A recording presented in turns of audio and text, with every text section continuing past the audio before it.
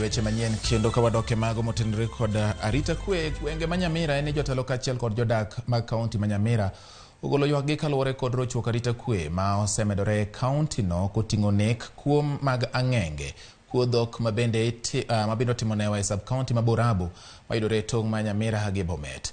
Seneta Okongo Mogeni kaachiel kod jaod bura mar kaunti no ma Nyamira Jerusha Momanyi otelo ne jodago e yuak makamano kagiwacho ni kata obedo ni timbe maundu ne odok piny e gwengego higni 10 mokalo, sani timbe maundu oduogo kendo e gwengego nyaka ne sirikand Kenya Kwanza donje telo. Gikwayo jatend migawo mar weche mag arita kwe Kithure Kindiki mondo lim gwenge magusi mondo lalre kod jopiny e wi weche mag jiwo arita kwe. We want Kindiki bila anaendaga huko Samburu kusikia insecurity apande ndege akuje Nyamira kumwambie shida tuko nayo. That's what we want. Tumueleze. Asikie vile walimu wanalia kuhusu insecurity.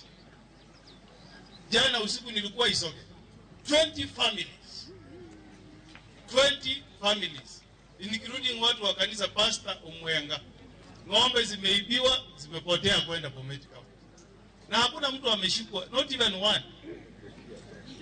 Mwalimu principal Rangenyo, tunaongea today, not even one person ameshikwa na serikali yetu hii.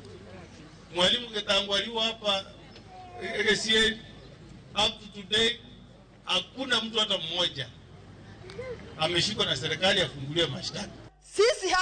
Sisi hapa Borabu generally watu walikuwa wanalala kwa manyumba kwa sababu wezi walisema hatuwezi enda huko. Si waliogopa? Kwa nini wameanza kuingia sahi?